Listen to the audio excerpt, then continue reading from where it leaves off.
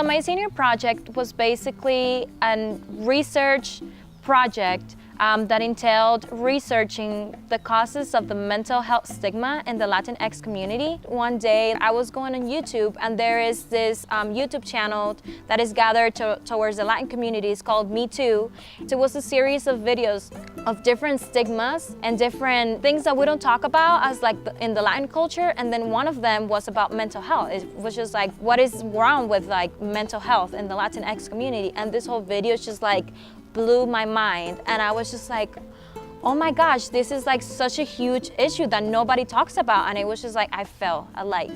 I was just like, oh my gosh, and this is what I'm studying, and this is such a huge issue in my community. Like, I want to like dig deeper into this, like find articles, find books, find, writings about this, and it made me want to like take on this project.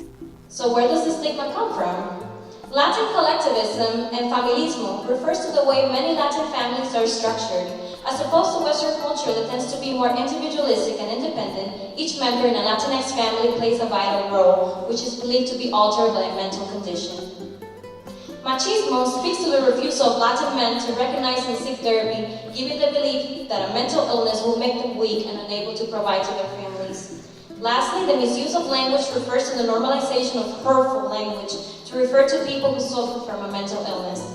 And then in order to be able to have my own research and to have my own base, I created a bilingual survey asking to gather information from the public on this issue, to ask the people what do they think are the causes of mental health stigma, and what do they think we can do about it, what, from their own perspective and their personal experiences. And lastly, I had a huge section of just like, now that we discovered and we have researched all this barriers and challenges, what are some of the solutions so we can take this forward and help dismantle mental health stigma? I found that indeed religion and spirituality play a huge part, not as a barrier, but it's just people in the Latinx community tend to like attend more into like the religious side instead of the professional, and this is like one of the other doors. Why does this happen? Because they do not trust doctors. With spirituality and religion, it was mainly that a lot of the members of the Latinx community, instead of just trusting a professional with all of these personal issues, they would rather just